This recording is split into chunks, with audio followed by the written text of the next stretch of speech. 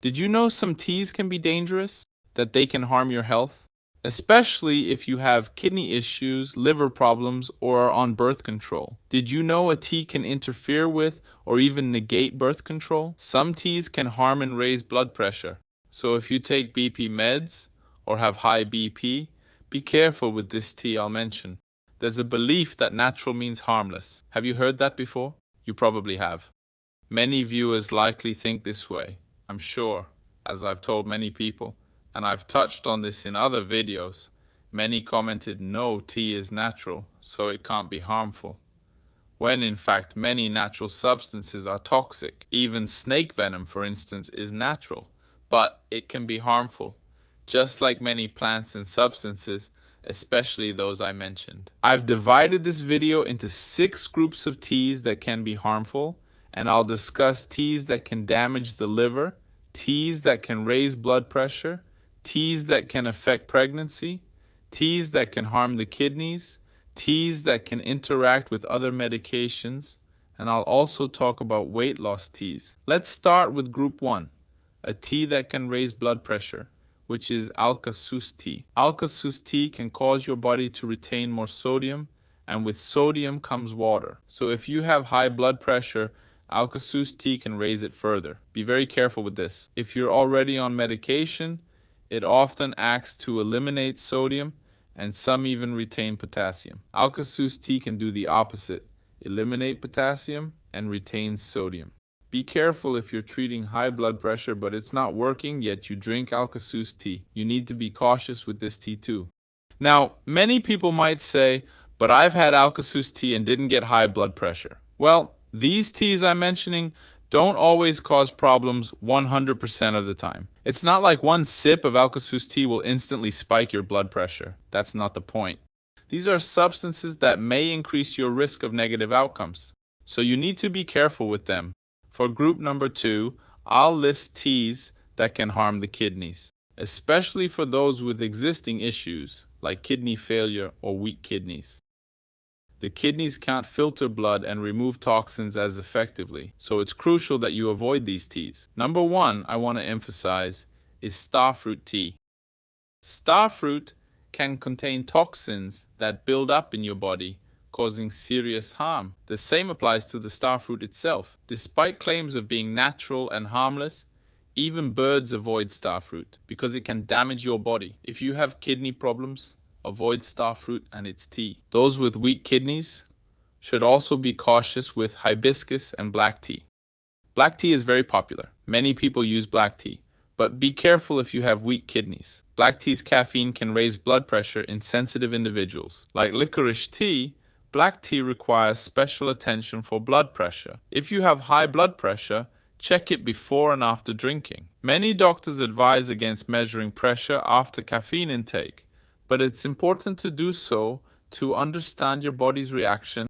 Some patients only improve their high blood pressure when we switch them from caffeinated to decaf drinks. So it's crucial to know your body, okay? Number 3 is teas that can be harmful during pregnancy, alright? Some teas like cinnamon, mint, gorse, boodoo, rue, and even chamomile can be problematic. Why?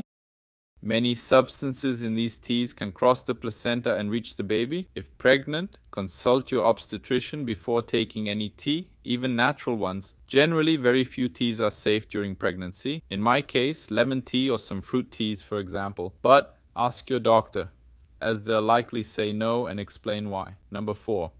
If you're enjoying this video, I'll ask you to leave a like. Let's aim for 15,000 likes, so that the system sees it as relevant and spreads this information to more people who need to know. We need to dispel the myth that natural means harmless.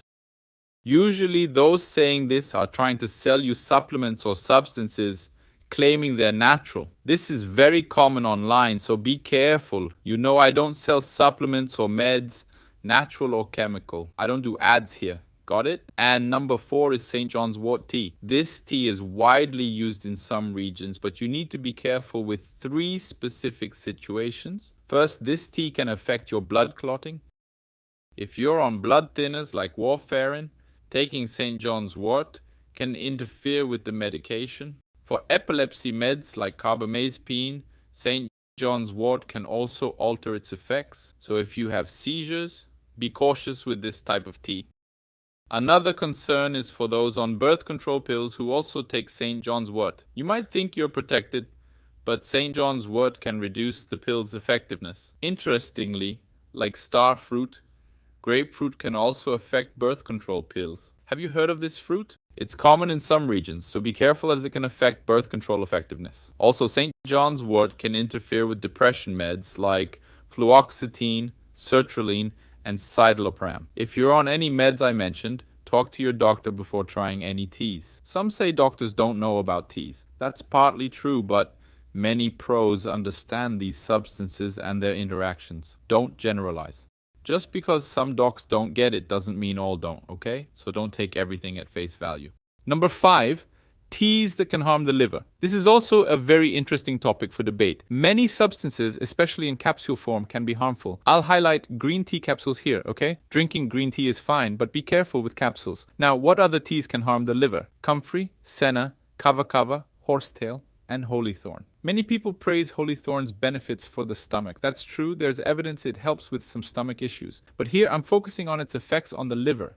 So those with liver issues or liver failure, where the liver can't function properly, as well as those with kidney failure, also need to be extra careful with the teas I mentioned. Another thing you're commenting on, as you can see I'm answering several questions here, is I took a sip of this tea. I've had a cup of Espinhira Santa and had no problems with my liver.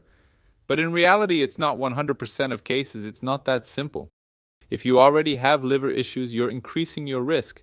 But it doesn't mean it'll happen every single time. In medicine, doctors rarely say 100% or 0%. We always deal with risk. We don't want to increase any risk for liver problems, especially if you already have a condition. Got it?